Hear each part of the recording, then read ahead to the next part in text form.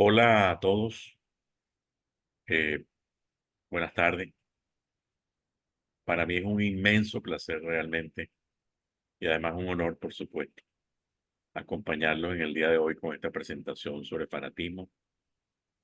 Pero antes de comenzar, quisiera agradecer muy especialmente, no solamente la invitación que me ha hecho la Junta Directiva y el Comité Organizador de este Congreso, sino también a todos los que han contribuido en estos 25 años al mantenimiento, desarrollo y fortalecimiento de esta importante institución. Creo que la más importante para la psicoterapia en Venezuela. Eh, mucho me planteé con mucha preocupación antes de irme del país, después de haber estado casi 10 años al frente de ABEPSI y haber desarrollado junto con un grupo de colegas la idea, el proyecto de ABEPSI. ¿Qué pasaría con ABEPSI una vez que yo me fuera del país? Eh, Confieso que probablemente fue la preocupación más importante por lo que dejaba atrás en términos de una institución que prometía ser la institución que iba a regir los destinos de la psicoterapia en el país. Pero mi decisión de salir ya estaba tomada, de manera que supe confiar en las personas que dejaba yo a cargo de esta institución y que me han demostrado con el transcurrir del tiempo que no estaba yo equivocado.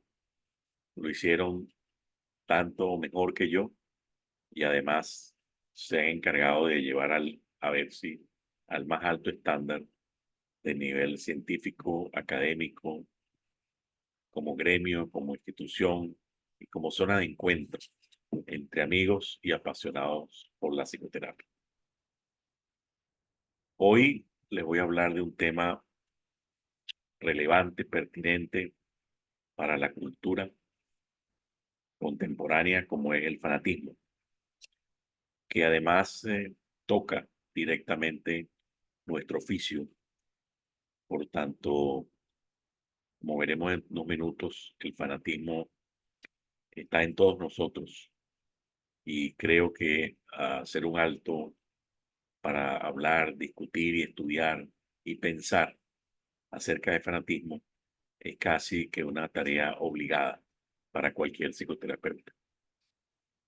Comienzo diciéndole que la humanidad ha convivido con la maldad y al igual que en fanatismo, son componentes siempre presentes en la naturaleza humana,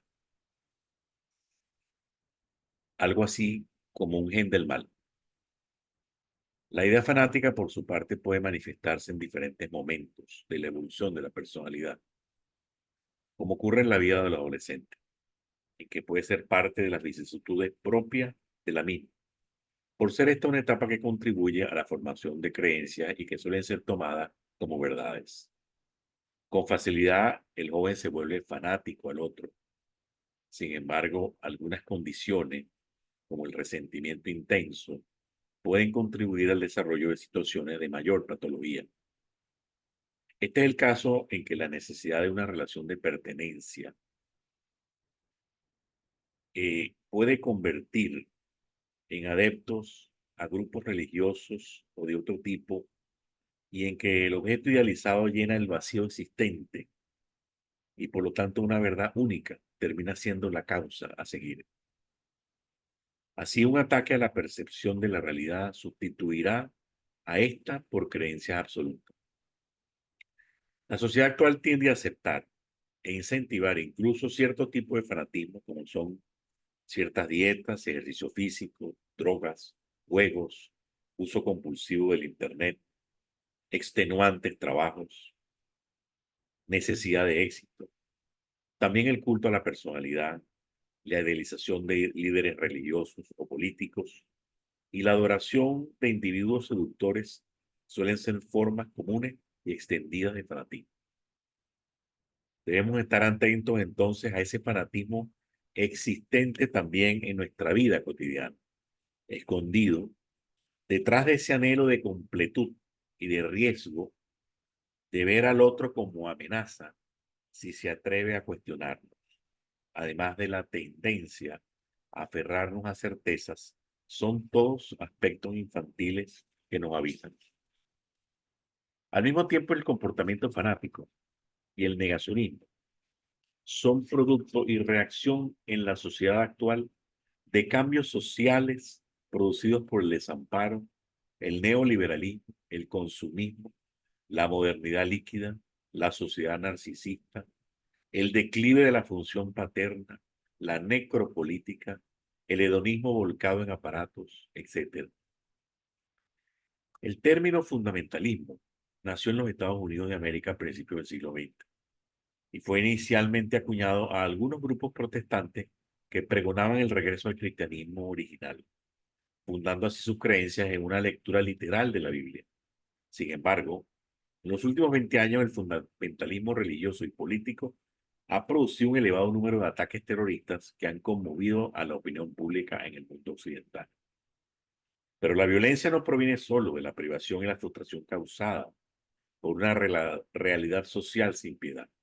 Existe una raíz más profunda y es la fascinación del sujeto por su propio ideal. Porque la violencia humana nace de una regresión hacia el espejo y no hacia el instinto animal. Además de que el signo patológico de nuestro tiempo no es la represión, sino la depresión. Así, la presión destructiva no viene del otro, más bien proviene del interior de nosotros mismos. Cuando las religiones se ven amenazadas, se refuerzan los grupos fundamentalistas que interpretan escrituras y antiguos textos para interpretarlos de la manera que interesa al fanático.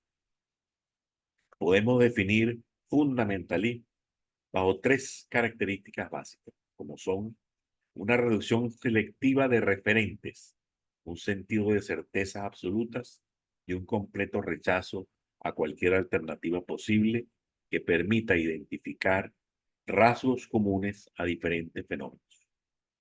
Cuando al fanatismo agregamos crueldad, estamos entonces frente al problema del terrorismo, de muy difícil manejo, porque la crueldad está ligada, según Freud, a la esencia de la vida y a la voluntad de poder, donde solo podremos encontrar diferencias de crueldad en calidad, intensidad, en actividad o reactividad.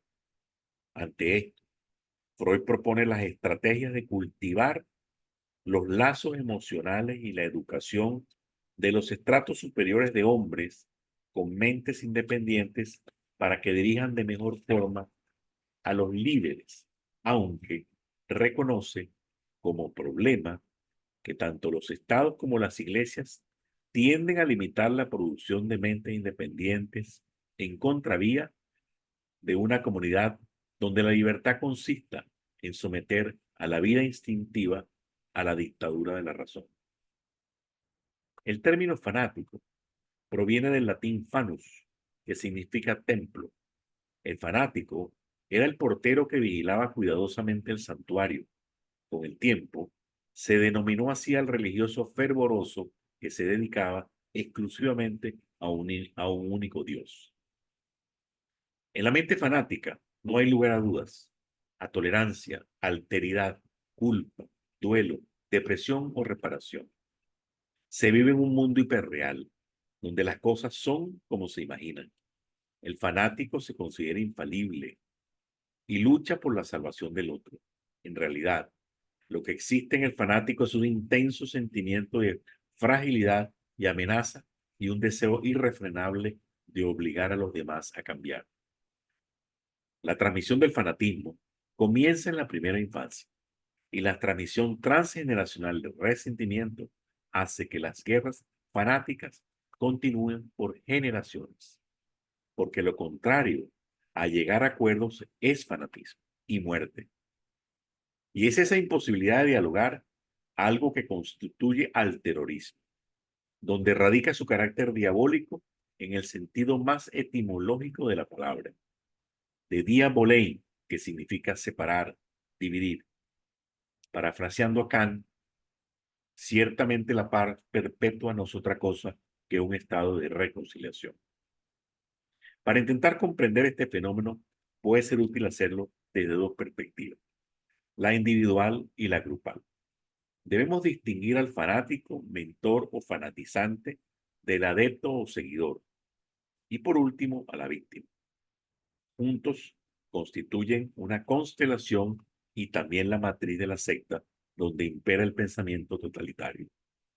En el seguidor son una mezcla de mediocridad y debilidad las condiciones que lo empujan a unirse a una secta.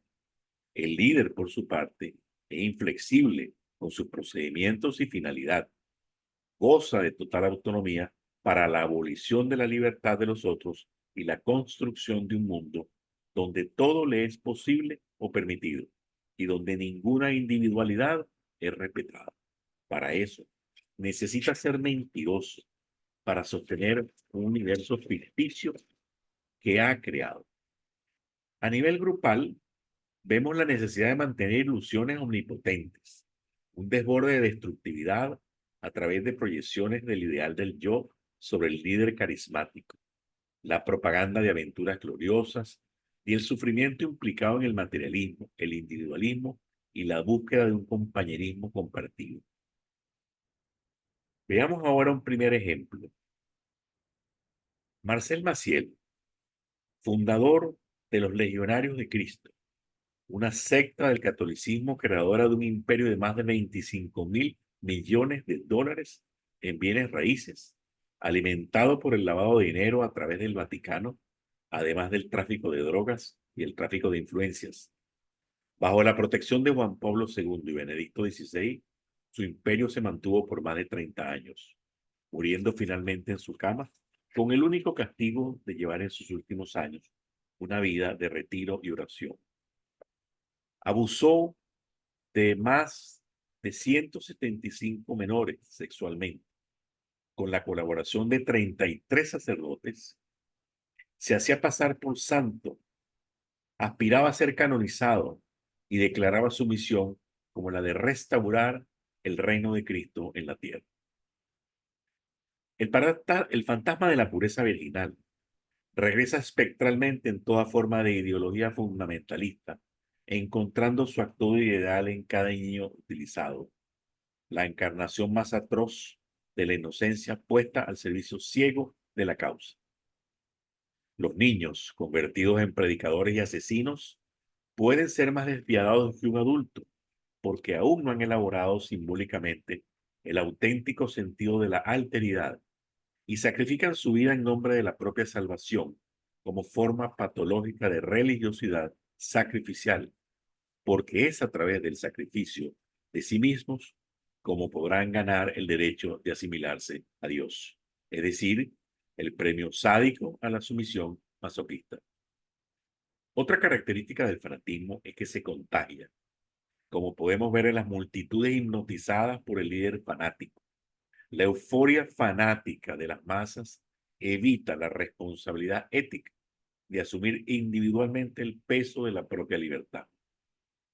Allí el pensamiento crítico falla a medida que la obediencia a la causa toma el control.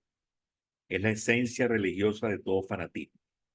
En el nombre de Dios se puede matar a multitudes, como corresponde al aspecto idólatra de todo fanatismo, el de vivir la relación con el poder superior como una relación de dependencia absoluta. Y es por lo que la idolatría tiene lugar donde quiera que el bien conduzca a la muerte. En la actualidad vemos con sorpresa el retorno de los religiosos, pero con un creciente desinterés por las formas religiosas institucionalizadas. También vemos una búsqueda de religiosidad de manera individual y utilitaria, con miticismo difuso y hasta esotérico. Podemos pensar que en el corazón de todo ser humano existe una profunda necesidad arcaica de religión, nacida probablemente de la total y larga dependencia del niño. Freud escribe en El porvenir de una ilusión: el creyente no dejará que lo arranquen de su fe, ni por medio de argumentos ni de prohibiciones. Y si se lograra, sería una crueldad. El hombre no puede prescindir del consuelo de una ilusión religiosa. Sin ella, no soportaría las penas de la vida. Para Freud, la religión hace al hombre inconsciente de su propia desgracia, fomentando así el poder de evadirse en lo imaginario. Sin embargo, creo pertinente la distinción entre fe y religión, porque lo primero resulta más bien de una aproximación a la verdad, aunque lo segundo pueda parecer una ilusión. También creo pertinente una diferenciación entre religión y religiosidad, considerando la segunda como la práctica y esmero del cumplimiento de las normas, rituales y procedimientos. Aquí podría estar uno de los problemas de la sociedad actual, la religiosidad utilitaria, pragmática y vacía, mera modalidad de lo social, alejada de lo permanente y de la experiencia en libertad, de la experiencia religiosa y de lo que representa para la psique, derivado de su significado etimológico, porque religión viene de religar, es decir, volver a unir aspectos con significado dentro de los otros. No existe nadie sin una necesidad religiosa. Se pueden adorar árboles, naciones, antepasados, partidos, poder u otras formas más modernas como el dinero, el éxito o el mismo mercado, ya sea por interés o conveniencia. La cuestión no es religión o no religión, sino qué clase de religión. Si es una que contribuye al desarrollo del hombre y sus potencialidades humanas o una que las paraliza. La política y la religión, por su parte, son dos visiones para abordar un mismo problema: el hombre y sus vicisitudes. Y la única defensa para que un pueblo no permita el liderazgo fanático es la educación. En la idea fanática, el hombre ha proyectado en Dios sus aspectos más valiosos. Todo lo que ahora tiene es de Dios y a él no le queda nada. Su único acceso entonces es a sí mismo a través de Dios. Al adorar a Dios, trata de entrar en contacto con aquella parte que ha perdido mediante la proyección. Inconscientemente, le ruega a Dios le devuelva parte de lo que originariamente fue suyo, y solo mediante la gracia de Dios podría recuperar lo único que lo hace humano, haciéndose totalmente dependiente de Dios. Entra entonces en un difícil dilema. Cuanto más alaba a Dios, más vacío se queda y más pecador se siente. Cuanto más pecador se siente, más alaba a Dios y es menos capaz de recuperar su fe en sí mismo y en el prójimo. El hombre es esencialmente gregario y nuestro impulso instintivo es el de seguir a un jefe. Mientras somos borregos, nos sentiremos amenazados de perder contacto con el rebaño y de sentirnos aislados. En tal sentido, el logro de la libertad y la independencia dependen del desarrollo y emergencia de la razón, pero pocos pueden soportar este aislamiento. Sin embargo, gracias a estos héroes que lo han podido soportar, ya no vivimos en las cavernas. Mientras la religión sea un asunto privado, se podrá tratar ya sea de neurosis, psicosis o cualquier otro asunto personal, mientras no ponga en riesgo la vida de los demás. Veamos ahora un segundo ejemplo. Jorge Rafael Videla, dictador argentino de los años 70, reconoció ser culpable de 7.000 a 8.000 desapariciones durante su mandato. Fue sentenciado a 50 años de prisión por los delitos de robo y ocultamiento de bebés. Devoto cristiano, rezaba el rosario todos los días y se justificó argumentando la defensa de los valores cristianos y en contra del comunismo. Se declaró inocente porque cumplía con su deber más allá de su voluntad, afirmando: cumplí con el deber que el Estado me dio. No fue difícil para mí. Explicaba: me ha tocado transitar un tramo muy sinuoso y abrupto del camino. Estas sinuosidades, perdón, me están perfeccionando a los ojos de Dios con vistas a la salvación eterna. Dios sabe lo que hace, por qué lo hace y para qué lo hace. Yo acepto la voluntad de Dios. No me rebelo contra ella, ni tengo el derecho de comprenderla. Dios nunca me soltó la mano. Dios es el jefe, es el eje de mi vida. Tengo la conciencia tranquila. No me quedaron dudas. No hay contradicción dentro de mí. No hay dualidad en absoluto. Soy religioso y no soy hipócrita. Mi diálogo con Dios es íntimo y personal. Sobre las personas desaparecidas explicaba Videla. Era necesario que murieran de 7.000 a 8.000 personas para ganar la guerra, pero no los podíamos fusilar. Estaba la prensa internacional allí. Si en algún momento aparecían, habrían tenido un tratamiento X. Si hubieran fallecido, habrían tenido un tratamiento Z, como objetos memorables, dignos de culto o recuerdo, dándoles el duelo una existencia retroactiva. Pero si eran, pero si eran desaparecidos, no tenían un tratamiento especial, eran un no lugar. De esta forma, el desaparecido pierde su identidad. No está vivo ni está muerto. Es una tragedia que podríamos intentar comprender a partir de un rasgo propio de la maldad y de la deshumanización al más alto grado, como es la función desobjetalizante descrita por Ander Green, en la que el sujeto ya no existe, no es ni siquiera excremento. Alguien como Videla, de acuerdo a Pierre Aulagné, poseía una palabra vacía, producto de una personalidad escuálida y pobre que lo incapacitaba para profundizar y problematizar las consecuencias de sus actos. De acuerdo a Fromm, este sería un caso típico de una persona bien adaptada que se ha despojado de su yo con el fin de transformarse en el tipo de persona que cree que se espera que debe ser, perdiendo toda espontaneidad y personalidad, como podemos ver en el aire monacal, manso y piadoso que presentaba Videla. Para terminar, recordemos a Voltaire cuando afirmaba: parece que hemos hecho voto, el voto de odiar a nuestros hermanos, ya que nos sobra religión para odiar y perseguir y no tenemos bastante para amar y socorrer. Se refería también al fanatismo como ese enemigo de la naturaleza. Como bien decía Santa Teresa de Jesús, no creamos que entraremos en el cielo antes de entrar en nuestra alma. Muchas gracias.